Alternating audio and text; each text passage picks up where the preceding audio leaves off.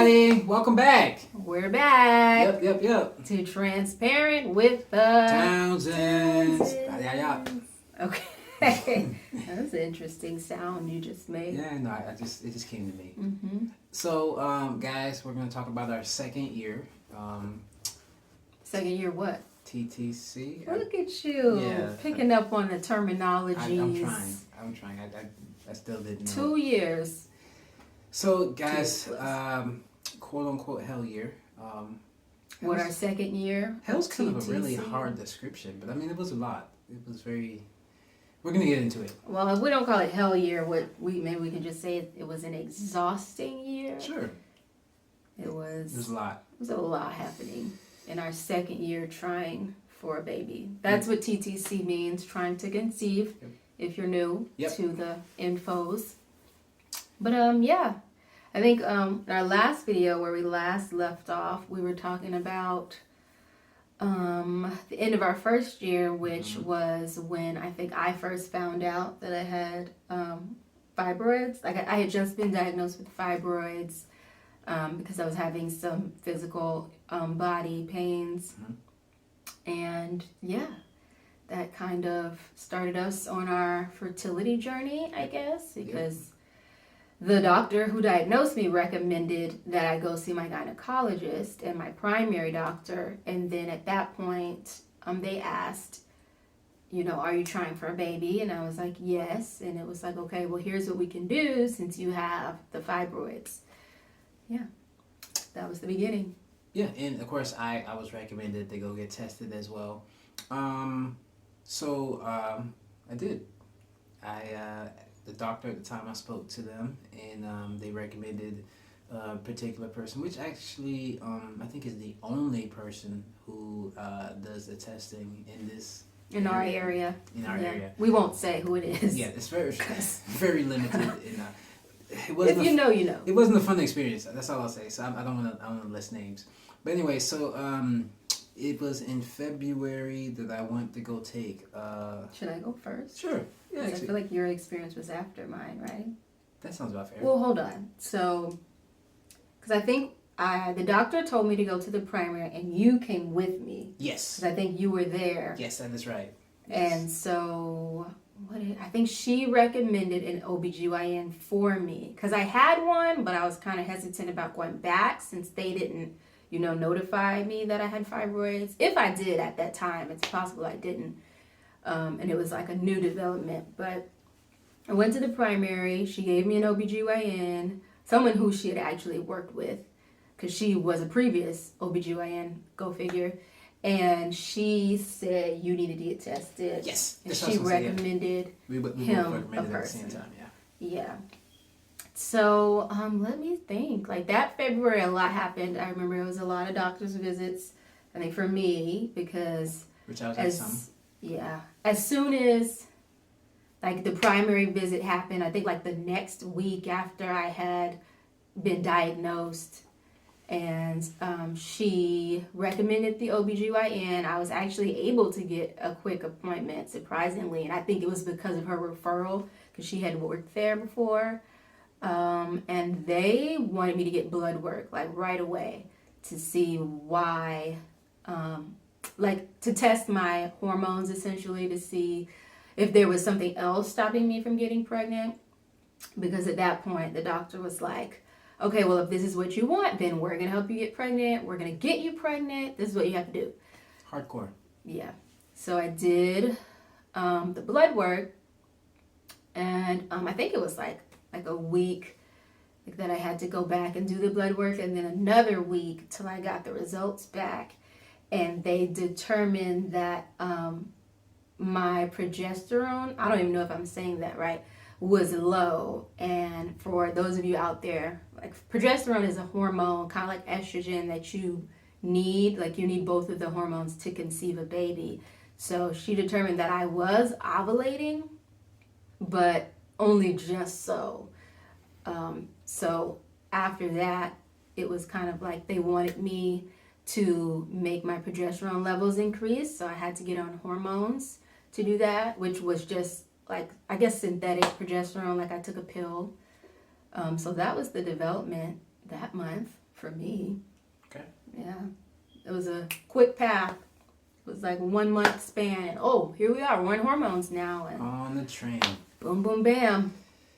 Uh, How'd your experience go? So February was interesting.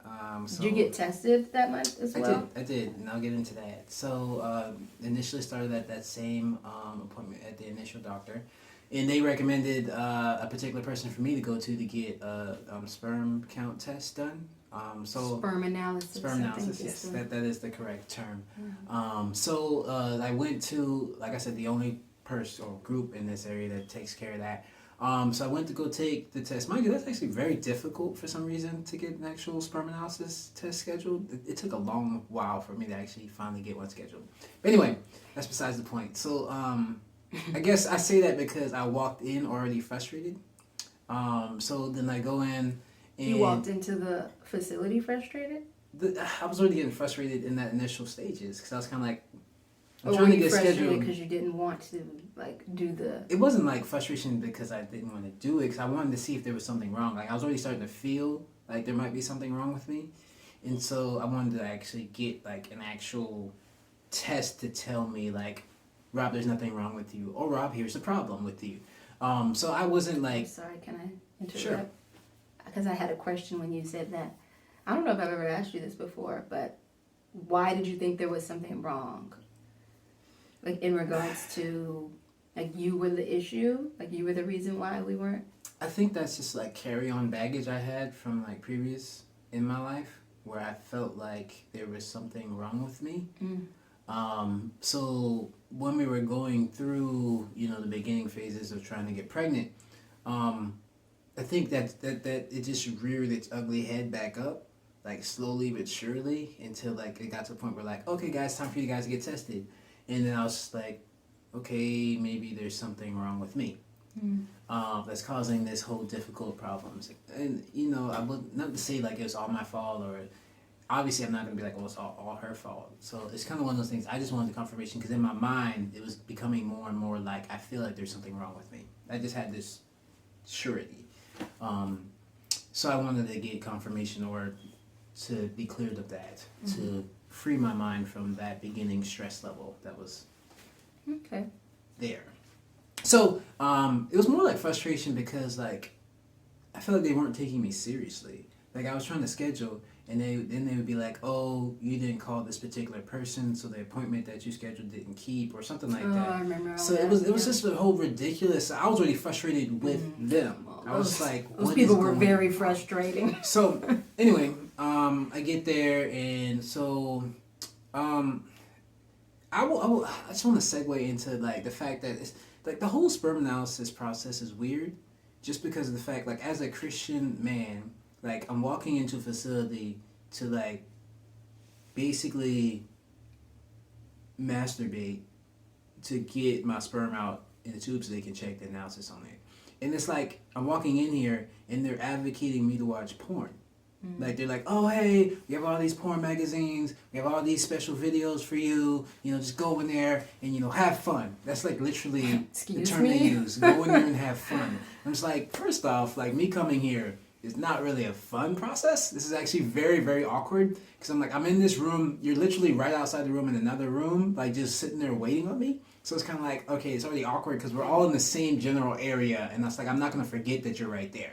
That's first thing. Secondly, you're advocating porn, and I'm not trying to get into that. So it's like now I have to like work myself through this process to kind of do this because they did not advocate for my wife to actually be there. Yeah. They were very adamant, like I had to come by myself, and I could not have any help to actually get the sperm. So that was a frustrating process. Did they tell you it was because it tampers with the result? Or yeah, they said it would basically tamper with the result. Like it couldn't have any. There's very like clear things. Like there's even like specific ways I had to go about certain things because they're like, oh, if you do this, it's gonna mess with the result. If you do this, it's gonna mess with the result. It was very like anxiety-inducing process. A little bit anxiety-inducing, but also it's like very like it's already like you're already stressful and awkward walking into the situation, and it's like we're just gonna add a level of stress on top of it because it's like now I have to be like set procedure with this. Very clinical, which I mean, it makes sense. It is a clinical procedure to get specific results. It's just annoying. But anyway, so I did that, and then it took a couple of weeks for them to actually get the results from my doctor. And so my doctor calls me in with the results, and sure enough, I had a very low sperm count. So I was like, yep. I don't know, for me, it was kind of like one of those things, it's like, I knew it. I knew that something was wrong with me that was like a part of this process. So that was kind of, first off, it was disheartening. So I was like, dang it, why is there something wrong with me?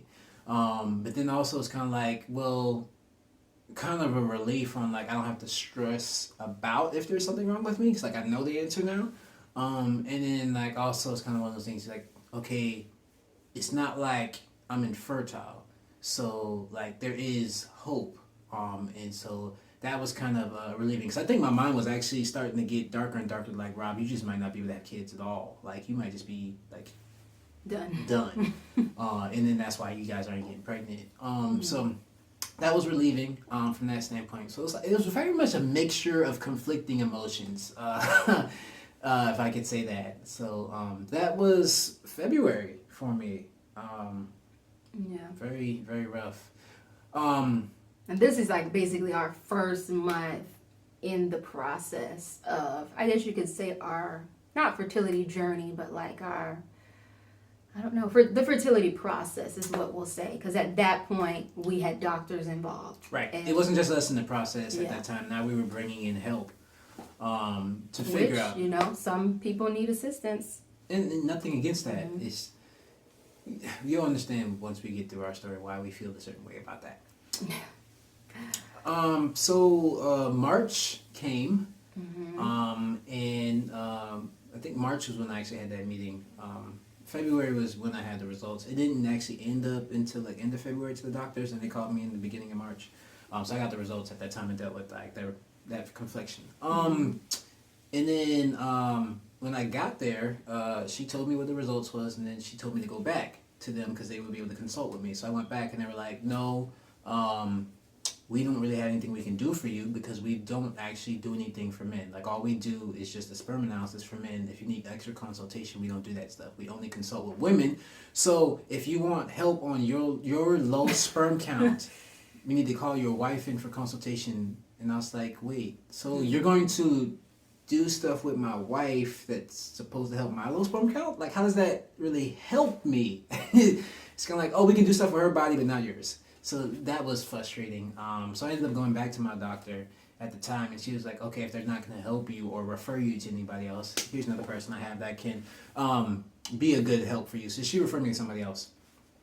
So before I get into that, I'm going to let you talk about it. I mean, I just want to stop there because I feel like that's a great example of how much getting pregnant is dependent upon the woman in society. Yeah. Like, even... like, my doctors, once I told them we were trying, they were very much like, okay, we're going to do this, and this. And at the time, I don't know that I was 100% ready to do all the steps that they said. But I think the pressure that I felt that, okay, well, you're this age, you know, if you want to have a baby at some point, then this is what you have to do. I actually remember, I think it was the first appointment that I went to with my OBGYN. She said, she was like, okay, well, now's the best time. Now's the best time. And I know, like, she was referring to my age, and because I was 32 at the time.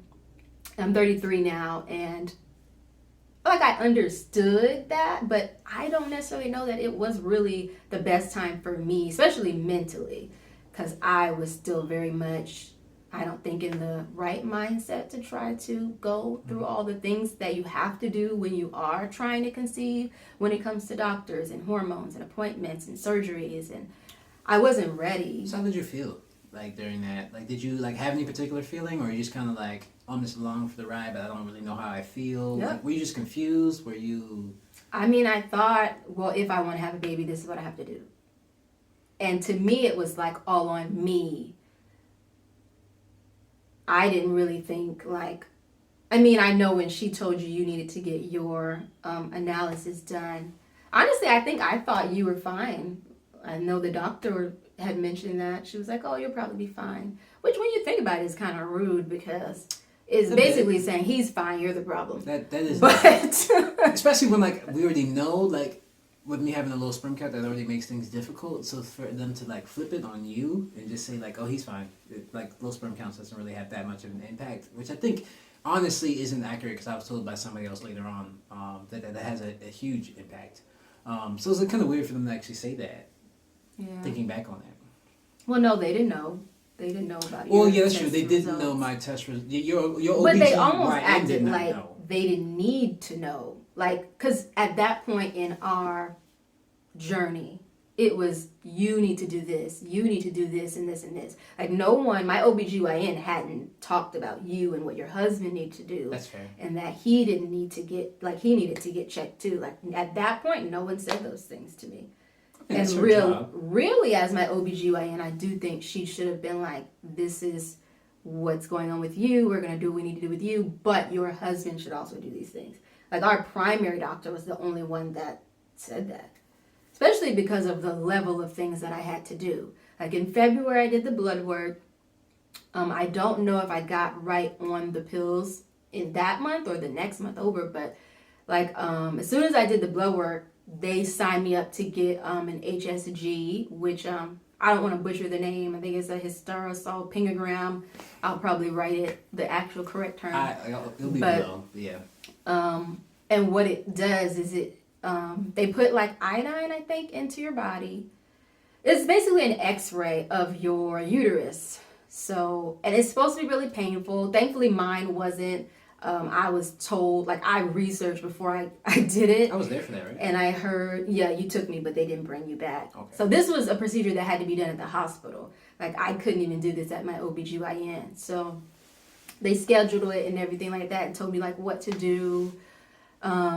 Yeah, so I thought it was going to be painful because I was told it was. So I took, I think, Tylenol or something a pain reliever that I was allowed to take. And I remember when I got there, they were like, hey, did you take any pain relievers before this? And I was like, mm-hmm. And she was like, oh, good. Like, thankfully, I knew and I did the research to take them because the doctors there didn't tell me. So I consider myself blessed that I didn't have a painful experience because I was braced for it. Like, I think I told the nurse that day to hold my hand because I was like, oh, my God, this is good. Like, I'm not ready. But let me explain what it is. So it's a procedure that they check your uterus and they are basically trying to see if your tubes are blocked. So at that time, the doctors wanted me to do this procedure for my fertility to make sure there was nothing else stopping it. So make sure that it was just the hormones or, my hormones were off, right? And it wasn't anything else. So they fill my body up with the ink. And it's basically ink, yeah. And it's weird. They turn you on your side to make sure the ink can flow through the tubes and all those parts of your ovaries or whatever. I'm not a doctor, and it's sad that even after all this has been done, I still don't know like the correct terminology for it, but I did it. So, when they were turning me over and things like that, like I felt all the ink flowing through like my tubes and all that stuff. So I knew that they were open before she told me because I felt it in my body. So she told me, everything's good. Your tubes are not blocked. At least that's not preventing you from getting pregnant. So it was good news. It was a good result. I just remember in that experience, I was scared because I didn't know what to expect and I had never done that before. And he was not allowed back there with me during my procedure. So I was, like that lady, I was squeezing that nurse's hand. And she was super nice. Like, I think the one thing I remember about that experience is that the doctors and the nurse, like I still remember her name, both of them actually. Like, they were really nice. And they were really like gentle, I think, because I think I told them I was scared. Yeah. But I don't think I felt happy after I got the news. Like, I almost want to say, well, I won't say that, but it just kind of meant like, okay, that's not the problem, but something is. So if it's not the hormones, then what's next. Like, what is the next thing that I have to go through in this process? And keep in mind, like, all these lab tests for blood work, going to the hospital for a procedure, like, that stuff costs money. Yes. Okay. Yes. I had already met my deductible for the year for a health insurance plan because I had the CT scan. I talked about it in the last video that told me I had fibroids, and that thing was expensive. Like, that was my whole deductible, and that one ER visit. So now I'm doing doctor's visits repeatedly, like once every 2 weeks at this point. I'm in the hospital now doing this procedure. Mm-hmm. Like, it's a bill that's just piling up, and I'm thinking, what's more to come? Right. Like, more is coming, and more did come. But yeah, that was just not a great experience, honestly. I think the best was that I didn't have pain and that my tubes weren't blocked. So yeah, cool. that was mine. I was actually glad to hear it. You know, it wasn't like anything major from that standpoint. Because I was sitting in the waiting room the whole time, kind of concerned a little bit. I think because didn't they tell you something about, like, not danger, but like was there anything? I remember sitting in the waiting room being a little concerned. I think you were just concerned because it's a procedure that you have to undergo. I think that's probably fair. Yeah. I didn't like the fact I couldn't be back there. Mm-hmm. And once again, it's like he is an essential part to this fertility process, and you're excluded. Like, I know it's a medical procedure, and you can't always have extra people around, but I think he would have been helpful to me in that moment. Like, I was scared, and I could have used you there to just calm me down so I wouldn't be squeezing that lady's hand to death. But she did a good job. She held her own. That's good. Yeah, so that was my experience. It was a lot. So do you want to get into, I guess, into the summertime? No, I think we're still... So that was March. I think for you... You got your results back. Right. And then what happened after you got your results back? They sent me to the next person, the other referral person. Yeah. And so I went there, had the consultation, and they basically went over some basic stuff with me. Mind you, that for me, the whole experience, I would say, was a little bit iffy because, like as you said, they were pressuring you about, like, we're going to help you get pregnant, we're going to help you get pregnant, we're going to help you get pregnant. You know, that very much pressure there. For me, I feel like steps to the way is kind of like either indifference or like, why are you trying to get pregnant? Because when I got to the second referral person, like, this is a person who has kids, but they're very much just like, why are you trying to get pregnant?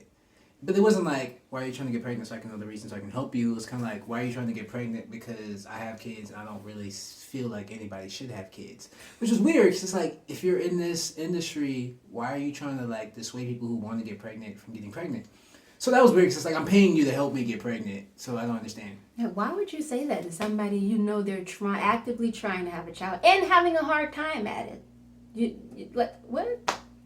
So that was weird. From that standpoint, while we're going through consultation, and then so then I was asking, well, you know, regardless of how you feel about it, and we're working through this, you know, what do I need to do, or what's the things I can help? And he's like, so the first thing we need to do is you need to go get a sperm analysis. And I was just like, okay, I did that in February. Can you guys just get the results? And he was like, no, we can't get the results because even though they send them to your other doctor, we can't take those. So you're going to have to go get a fresh new sperm analysis done. So mind you, I thought the last time I took that test was the last time I would have to take that test because they could use those results. No, so I had to go back. I had to go through the frustrating scheduling process again because from March, I couldn't actually get in until May. To actually get the test done. So that was frustrating schedule process. Oh my gosh.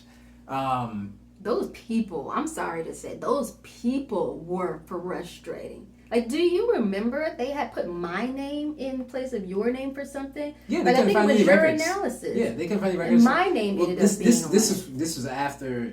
You're jumping ahead a little bit. I've never been there before. I'll get to it. How do you know me? After we did the me analysis, they couldn't find any results when it was time to send it to my doctor. And I was like trying to get my name. And he's like, no, we don't have you. And then finally, I was like, Robert and Crystal, and they were like, oh yeah, we have a Crystal here. And I was like, Crystal didn't come get no sperm analysis. Why would you have it in her name? Confusing. So yeah. Confusing. I remember you showed me, and I saw my name, and I was like, what? The level. So that's my sperm. That's my sperm. Anyway, I'm sorry. I should feel bad for giving these people a lot of grief because anybody who lives in our area will probably know who we're talking about, but I'm sorry. At least we didn't say names, but that was a frustrating process. You were getting the runaround, oh. Anyway. I'll dig a little deeper in a second. Mm-hmm. So, April for you. What are we doing? So April, I think I was on the hormones. I was on the progesterone. I had to take it cycle day 3 to 7, I think, of my menstrual cycle every month. That was the deal. And I think they wanted me to stay on it for like 3 months at least to see if I got pregnant. But I do know that I went back and got blood work done somewhere in between, like maybe a month and a half after, or, well, obviously it had to be a month. So I think at least a month after I had did it, and they wanted to see if my progesterone levels had increased, and they did. So it was, I can't remember the numbers off the top of my brain, but it was within like the average expected range of what my hormone levels were supposed to be. So that was good news, that at least it had worked. So at that point, it was just like, okay, we'll keep taking it, and we'll just see how you do. Cool. Yeah. What were you going through? I think April was the month where I had this serious shoulder pains, and then it was like shooting. It started in my shoulder, and then it started shooting in my neck, and then I started feeling like really bad pains in my like chest, and like it was just like spreading, and then it started to get to the point where I felt like serious heart palpitations, like when I say like I thought I was gonna die, I thought I was dying. Yeah. So that started the process of me having like multiple doctor visits, like back to back. Like, hey guys, I feel like I'm dying. What's going on? Hey, my heart's really pounding. What's going on? Hey, I spent like half the day with like my whole left side feeling like ice, and I could feel this stabbing pain in my chest. What's going on? And of course, the weird part about it was like people were like, oh, you're as healthy as an ox. Your lungs are really great. Your heart's awesome. There's no issues. We took all these X-rays, but you're still good. There's nothing wrong.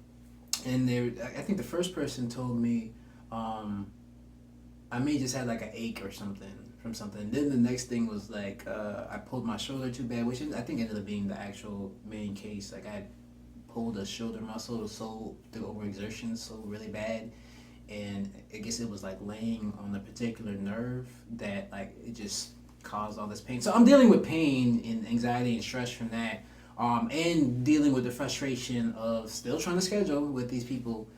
So April was a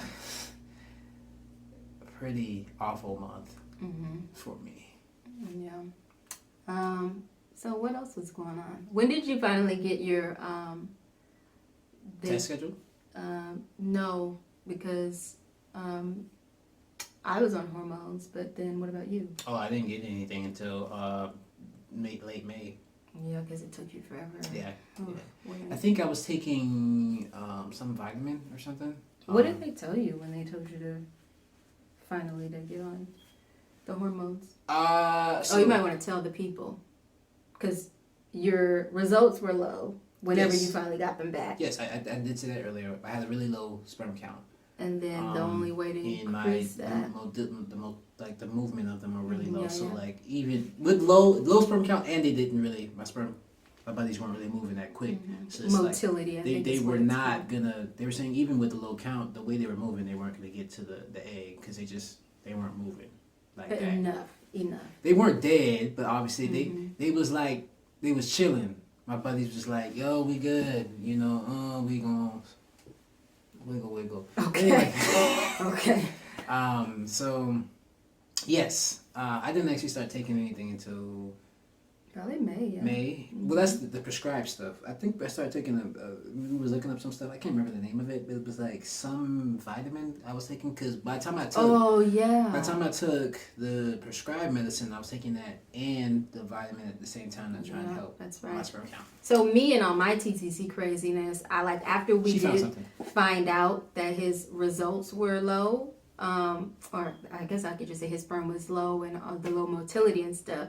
I was like, oh, how do you, because they were taking forever to even put you on anything to fix it. Mm-hmm. I was like, okay, well, let me just research in Google because Google is my best friend.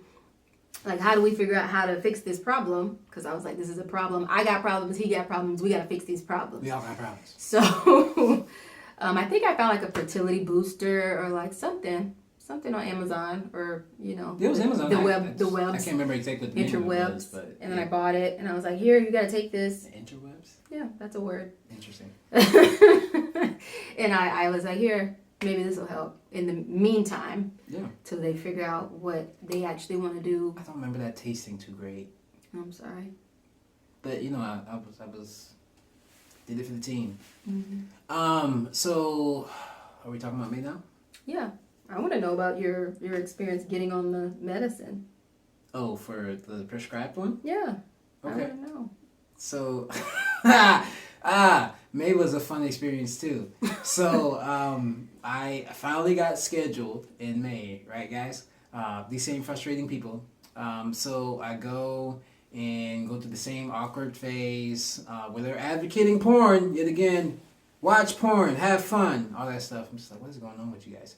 So, I get it done. And this was because you had to get you needed more results, right? Correct, because the new referral person was like, hey, we can't take the test that you took in February. Those results, those went to your doctor. Yeah. The place is not going to send those results again to us, and then we can't get them from your doctor. We just need you to go get a fresh new test, and then they'll send it directly to us. Because it was something like with their payment and all other stuff, they weren't going to send another result out or something. They was just lost and confused. You don't got to explain to me. I know. I didn't get my February results from them for me till August. Mm-hmm. They didn't send the February test results to me till August. Yeah. So I couldn't get it to the new referral person until, because they wanted it in May, and you know, so they couldn't find, you know, anyway. Yeah, we got so I went and took the test in May, and then I thought I was good. Like a week or two later, which I don't understand why it took this long to let me know. A week or two later, they called me back saying, hey, we just want to let you know we got to have you come in to take the test again. I was like, why? And they were like, well, something happened and we can't actually use your stuff to get an analysis report. Like either a technician did something wrong or something happened where we can't actually use it. So we need you to take the test again.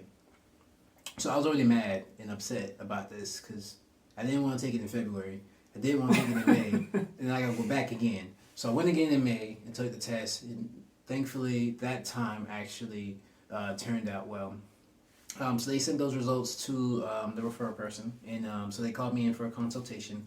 And they let me know that same results. My sperm count was low motility, all that stuff like that. And I was like, I knew that since February. But anyway, so they were like, okay, cool, we're going to put you on Clomid, which was the prescribed medicine that they put me on to help me increase my sperm count.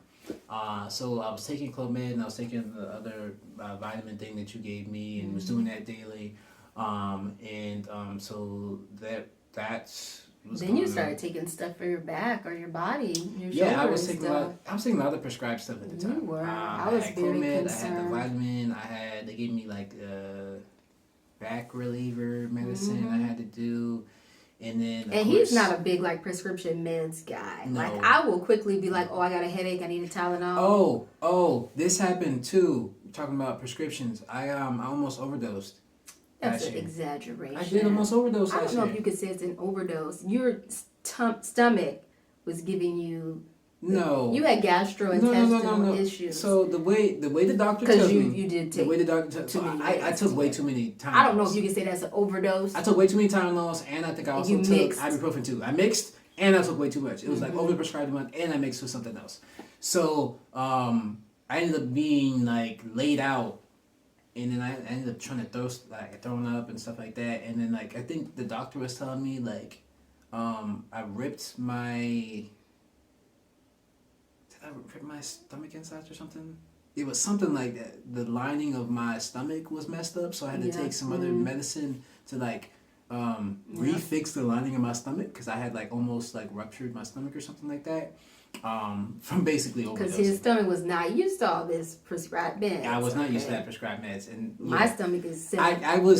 I don't do too well with particular nerve pains. Like it just, I'm not used to that. Mm-hmm. So I act like a baby sometimes with that. That's a man thing. Everybody does. I won't say that's a man thing. Ask the women's. Sure, you guys go through a lot of pain. I'll give you that. Childbirth is not. Y'all do it. But anyway, so yeah. You had a lot going on. I had a lot going on. I had a lot of stress. I had a lot of pain. I had dealt with the shoulder back pains, and I had tooth pains going on. And it was a lot going on. And keep in mind, during this whole experience, and we're COVID, still in COVID. Dang. And we both got COVID. Both got COVID in the middle of that. So we dealt with the stress and separation from that too. And I hated that experience. That was just. Anyway, that's a whole different Last year was fun. I'm just glad exhaustively it's over. fun. So I started Clomid, and they told me to come back in like 6 weeks to actually get the results on that. And I was like, okay, cool. How are you gonna know? So you're gonna have to go back again to the sperm analysis people and take another test. Of course. Awesome. Of course. This is another 4th time I'm going back to these guys for another sperm analysis test. I was not happy. I'm just gonna be real with you. I was not happy, guys. So I will say that is one thing that you guys have to endure. Like for men in the fertility journey like that, I would not want to swap places. Like throughout all the stuff I had to do, the procedures, the appointments, the hormone, like all of it, that experience of like discomfort of having to I'm sorry, I'm going to just ejaculate with other people nearby and in a forced. Random people. Woo! I'm just sorry. Random people were waiting for your sperm. Anyway, maybe it's not. So this is just our experience. Keep in mind, our experience was not the best. I mean, we said last year. I'm not saying it's for everybody. I'm just saying maybe for some me, people enjoy it was not a good fun experience. Mind. And so yeah, I went again 6 weeks later to get the sperm test done. I will say I was very good. I did not touch the porn, not one bit, the whole time. Which I guess for some people might be like, oh, that's probably why it was difficult for you because you didn't have images and all that stuff like that. I'm not trying. Well, you had an image. I did. We won't say what that image was. Of course not. But it wasn't porn. You didn't look at the porn. That was helpful. I did. Mm-hmm. Not. So how was your? What was the results? So the results from that test was better. It was a good result. So what happened was my sperm count had increased from the low count it was, so now it was at the normal count. It was like where average normal dude sperm count usually is. My motility. It was low to average. It had gone up, but I don't think it was at the. No, what they told me was it was the normal range, but it was middle to low end. Yeah. So it was the amount I had was actually the normal, but they were saying that that's not. You're going like this. Well, I mean, I don't know if you guys see him going It was a certain measurement. What is in there? Okay. Sorry. Next. In my mind. Keep going. It was because I think that's actually the movement that he did. I was going to say, is this the bottle with the liquid? The movement, the bottle you're with in the this substance? range here, sir. So you're in this range. Okay. Here's the middle, you're right here. Here's the lower end. If you don't take the medicine, you're gonna end up there again, or it's gonna start to decrease or whatever. So he's saying, so basically he was excited about it and saying, your motility's up. It's really kicking. And so he was like, okay, cool. What we're gonna do is we're gonna keep you on the medicine. Wait another 6 weeks. See if it goes up. Because obviously there's been some progress. Let's see what happens. Yeah. Which is weird because it's kind of as a doctor, you're telling me let's shoot for the best and see if it possibly goes up. I don't know. It just felt like no plan. All the while telling you but you don't want this though. Correct. It's let's hope for the best. I don't really have a particular plan, but don't have kids. So it's really, I was getting weird conflicting thoughts on that. Yeah. But anyway, so another 6 weeks go by, and I come back. Well, nope, I had to go take another sperm analysis test. Yeah, you did. So I did that. Not getting the details on that. I did that. They had their act together. And so I got that. They sent the results to the doctor. And the doctor, they called me, and that made me very angry too, because that whole consultation was just basically, hey, come in, pay to talk to me, and oh, your sperm count's the same. I don't have anything else to tell you. But if you do want to increase your count, or if you look at other options, we can keep trying the medicine, or we can get you with somebody else who can look at some more expensive alternatives like IVF or IUI. So I think the next route was like, I remember they said like if you stayed on the Clomid or whatever and it wasn't working, like we weren't getting pregnant because it was working for you, but we weren't, pregnant yet. There's no change. That then we would have to I would have to come in because Mm-hmm. at that point they couldn't do anything else for you. I think everybody just wanted to talk to you. They did, but because that's where the money is. Like if they got both, I'm sorry to say, but that's very true. If they got both of us, then at that point, I remember because they needed a consultation. They were like, well, your wife will come in, we'll do a consultation, and it was just to hear the options, like not to start, oh, we want to do IVF and we want to do IUI. It was just to start the process. And like you said, I will say like a lot of the appointments that I went to were, you're coming in to talk. And then the next appointment we'll do this, and the next appointment we'll do this. And this is why the medical industry got to be making some money, because you getting paid off of me just sitting there in the chair talking to you. I didn't like that. That happened repeatedly, but that's how the industry works. Like we know that's how the y'all industry know works. that. I get that. I was not a fan of that. Unfortunately, especially that last one, I was just like, you could have just emailed me the results, called you, or called me on that. Like I'm coming here just for you to tell me nothing changed. Yeah. Like. And I know we're like very much like, oh, this is so frustrating. But when you think about it, like at this point, he's had several labs, several doctor's consultations. I've had, I don't think I talked about my ultrasound, but I'll talk about that in a second. Like I've had labs, I've had stuff. I'm on hormones. He's paying for hormones. Like this is a lot of money that we're spending at this point for this process. Yep. And with no change. Give all blessings and kudos to people who say, well, I want a kid. I'm going for it. Like I'm going to spend $20,000, $10,000 on this process, and it's fine. But I don't think we were both there yet. Like I think we both honestly knew that we want kids, but I don't think we realized everything we would have to do to go to have them. Yeah. And I know for me, like during this whole process, that was constantly why I was sad. Like constantly while I was sad. Like each appointment I had to go to, like each new thing I had to do, it was just, and I was bearing a lot of my feelings about it deep down, so I wasn't really processing unless I was with my therapist, because I was at least in therapy at this point. But like every little extra thing I had to do, I was just kind of like, this is a lot to do just to have a kid. I feel you. And like, I feel like, honestly, I felt alienated because I didn't at the time know anybody who had to endure all the things I had to endure just to have a baby. We were really alone in that process. We were very much alone. Like, I don't think it was like we could talk to very many people about it. Or we could, but like the fact that they didn't really understand because they hadn't been through it was just, I know for me in my head, I was like, I might as well not tell you, or I might as well not say anything because you haven't been here, so you might not get it, or you won't get it. And I think that is a lie of the enemy, because just because someone hasn't been through the experience you've been through doesn't mean that they won't support you and, hold you when you cry and be there for you, which I know that now. But then I was just like, I'm not going to say anything because no one's going to get it. I mean, for me, no one's gonna understand. A lot of it was just very much like I felt embarrassment. So I didn't want to talk about it because I was embarrassed about it. So I was just not the shaming of that made me not want to talk about it, because it was kind of like, oh, I have this problem and I don't really want to talk about it because the way the society puts it, like this isn't. Now I realized later on, as we learned more about other people going through the same process, and it wasn't just like an outlier. It's like almost, I'm gonna say it's the normal thing for people to be difficult to get pregnant, but it's very much just like people having no problems at all versus those who have to deal with a lot.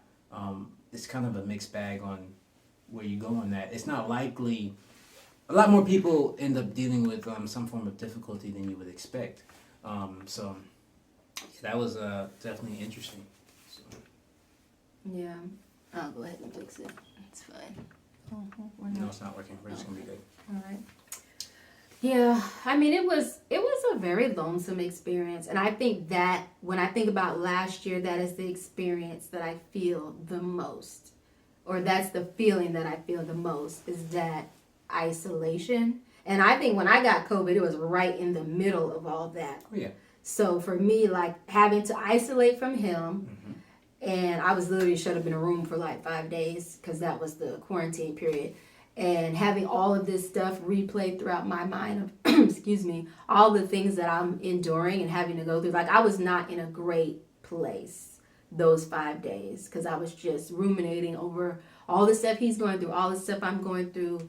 Like, why don't we have a kid already? Like, we've done this, we've done this. Whew. It was not a place I would want to ever be in again. And for the people out there who are still in it, like it's nothing to play with. Like you do have to talk. You do have to get the help you need because it's not an easy process to go through. And they're not easy feelings to process either. Not at all. Not at all. Back into our story. Where were we? So that was like June, kind of going into late July. So I'd still been on Clomid for a while because even after the last appointment I had, I just decided I didn't want to go back.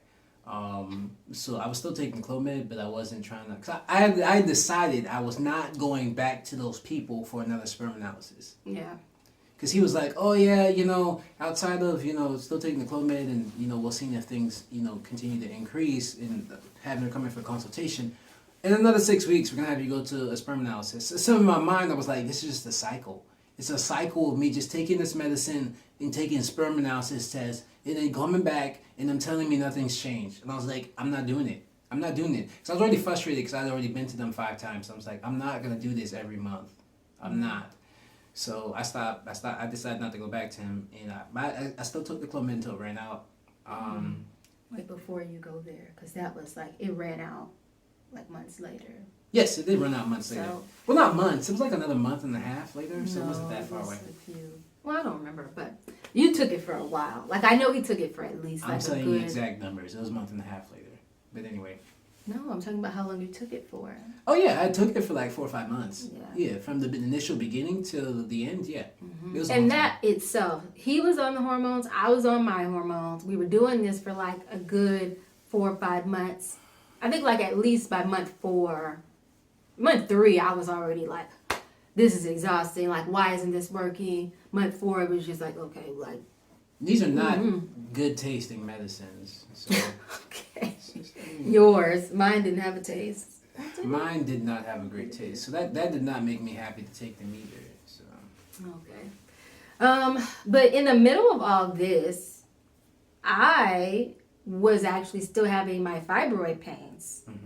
So I was on the meds and my pains had actually started to get worse. I won't say it was because of the meds or not because of the meds. I can tell you that when I got off of them, my pain decreased. But, so I was kind of like, I still need to know what these pains are. Yes, we're trying to get pregnant. My tubes aren't blocked. My progesterone levels are looking good. I'm still not getting pregnant and I'm also still in pain. So let me call my OBGYN and schedule an ultrasound. And I remember, I think I called and they were like, oh, okay, but she doesn't have you written here for an ultrasound because normally the doctors recommend everything for you to do. And I was like, I know, but I know we had talked about an ultrasound for my fibroids at one point and I never got one. And I've been having this pain, so I think it's time for me to do it. And so she scheduled me for the ultrasound, or so I thought. That was a weird time. So she scheduled me for the ultrasound, and I went in for the appointment. And I was there, and the doctor comes in, and she's like, hey, okay, so how's it been going? I see that you had a consultation. You did your blood work. You're taking your pills. Okay, so everything's good. And, like, for her, it was like the visit was over. And I was like, no, I came to get an ultrasound for my fibroid pains. Oh, boy. And she was like, well, why do you need an ultrasound? Like, we didn't say you needed to get an ultrasound. And I think this was my first experience with understanding how important it is to advocate for your own health, because you know your body better than anybody else does. And I was like, well, I called and scheduled an ultrasound, and they booked me for one, but apparently they had not booked me on the ultrasound list, or the technician didn't know. So I told her, I was like, I'm here for an ultrasound. So at that point, she had to then schedule me. And I remember we were there past their closing time, because I was going to be the last person on the list to get my ultrasound, because there were still people who were scheduled for an ultrasound like I was supposed to be, but apparently I was not. So I was able to do my ultrasound, and the woman who did it was super nice. She was just like, well, she showed me the fibroid. So at this point, this is the first time, months in, that I'm actually seeing these things that are inside my body. I think I came to that one. You were there, yeah, you were there. And I had, I think I had two. I had two at the time, and they were both small, so they weren't like, she told me that they weren't affecting anything. Like, it was not anything major to be worried about. They probably weren't stopping me from getting pregnant, considering where they were and their location. And I asked, well, what about the pain? And she was basically saying, well, it could be, but it's probably not, because they're so small. Normally, fibroids this small don't cause like the pain that you're having. So at this point, I'm like, well, what is actually going on? Like, my hormones are good now. My fibroids are not blocking anything. I'm still having pain, and I'm still not pregnant. That was a lot to process, because it was kind of like not really having answers. Like, finally, I know these things are here, but I still don't have the answers that I'm looking for. You were very confused during that time. It was a lot. It was very confusing, very overwhelming, a little depressing. And I will say, I think I went into a depression, but I will save that for another video, just because I want to talk a lot more about it. And this video is already getting long. But yeah, that was my experience with the ultrasound situation. And I think I just have to say, if you know something is wrong with your body, and you do not, you have to speak up for yourself, because doctors are human. They are making guesses, they're educated guesses, but they don't really always know what's happening. Very true. So it's your responsibility, unfortunately, if you feel something is wrong or you're in pain, you need to make sure that you say what you need and ask for what you need. Yeah, I mean, I don't think I ever realized that until that moment. And so that's where I was at my ultrasound situation. And I remember leaving, and it was kind of like, well, here's the deal. Stay on the hormones, even though they were making my pain worse. I mean, I think that they were, because my pain had never been that severe around certain times in my cycle. Stay on the hormones, and then if in a few months' time you're not pregnant, we will schedule you for laparoscopy. I can never say this word right, but it's basically surgery. At that point, I would have had to go under anesthesia, and they go into my uterus. So they make a cut and make an incision in my stomach area, or some area near there. She described it as being my stomach, and they would put a camera in there to look at my uterus to see if I had endometriosis, which has a lot of the same symptoms that fibroids can have. It could have been the reason for my pain rather than my fibroids. It could have been the reason why I was not getting pregnant. As you can see, I'm using past tense or I guess I don't know what tense that is, but I'm saying could because I still don't have an answer. And that was because I ended up not going through with the surgery, which... Well, I mean, that was... Hold on. Yeah. That's a long story in itself, so I realize I'm probably going to have to say that in the next video. Yes. We'll get into that next. But yeah, our journey was still going. It was not over or anywhere really near close. No, yeah, last year was a lot, and that's not everything. That's only like the first... That's probably up to like August. That's 2/3. Oh yeah, you still got another 4 months. Yeah, there. That was probably around August. So what do you think we should do? We should stop there and just make another part because I will.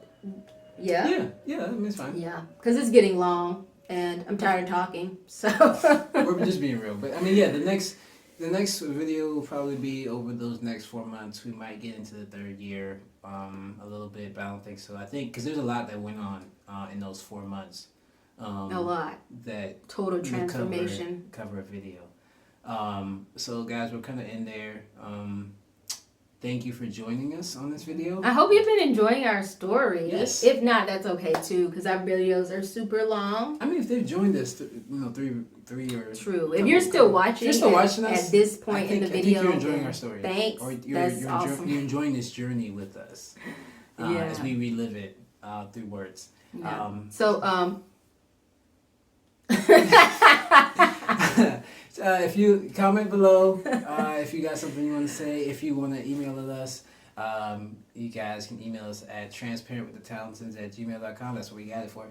And we appreciate you guys. We love you guys. Continue to pray for us, show love, and continue to pray for other people who are going through similar situations. And they may be around you, they may not be. They may be uncomfortable sharing about their story like we initially felt some shame or isolation. So definitely feel free to just pay attention and not be, what's the word? Not be as persistent about pushing other people to get pregnant without knowing their specific situations. Yeah. The odds are is you know someone who has had this experience or maybe is currently going through this experience and you might not really know. They're just not telling everything.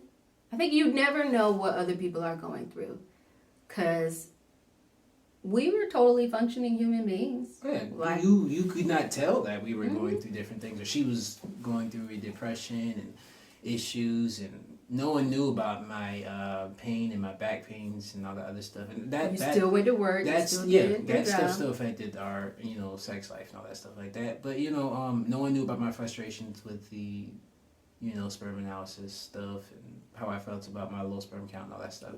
I know we're supposed to leave off this thing in a few minutes, but literally no one knew. No. And I have to say this because I almost felt like I had to keep a secret for him, if that makes sense. Not that he wanted it to be secret or not shared, but I almost felt like even though a lot of my friends and family knew the stuff I was going through because it was very public, like I was taken off to go to this doctor's visit and I had to go to this OBGYN and that stuff. So they knew, but I've never, literally I think on this video will probably be the first time that most of my friends and family members find out that you also had your own issues with low sperm and stuff. I mean, I didn't tell anybody. I didn't tell my friends. I didn't tell my parents. The only person who knew was you. I only recently... Well, you did tell your parents eventually. Yeah, I told my parents. They were the first ones to later. know. Maybe the only. They were the first ones to know outside of you. Yeah. But it took me a while.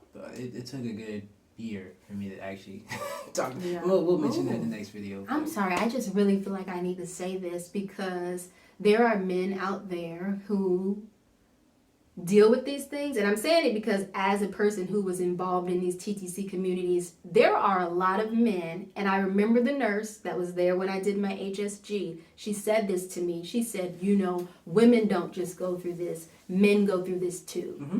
And at that time, I knew he was having low sperm count and all that stuff, so I knew. I was like, yeah, she's right, you're right. I didn't say it, but there is so much pressure on a woman to conceive and eat well and do the right things for her body so that she can have a baby, even when you are pregnant. And a lot of, we don't talk enough about the ways a male has to be involved, about the ways that infertility affects men. Yes. Because there's so many men out there who go through infertility and feel I'm sure a lot of feelings that you were feeling when you found out. Oh, yeah. Yeah, I mean, there's the process with it, and I can feel what you guys are going through or have gone through. There is the shame, there's the embarrassment, there's the feeling inadequate. There is I won't say questioning your identity as a man, because I was already past that, because I dealt with that a long time ago with some other stuff. So Would you say questioning your manhood? I mean, you could say question your manhood, but I think that goes back to questioning your ability to provide. 'Cause at one point I did question, like, I was kind of like, there's something wrong with me, and I can't provide what she wants. Like, she wants to have a child, I want to have a child, but I feel like you desired it, like, at a high level. So I thought. Or so she thought. With me feeling that pressure and that desire at that time, I definitely felt like, okay, I'm not able to provide because of something that's going on with my body that I can't control.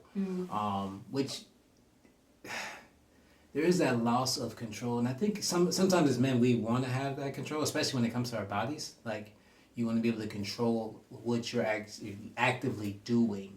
And it's like when there's something out of your control that you have no way to physically fix. And then what made it even more frustrating, I think, and I think a lot of men deal with this, is like, because fertility is considered such a woman-focused issue, they don't want to help men as much. It's kind of like, hey, take these medicines, and if they help, they help. If they don't, I'm sorry, we're going to have to talk to your wife.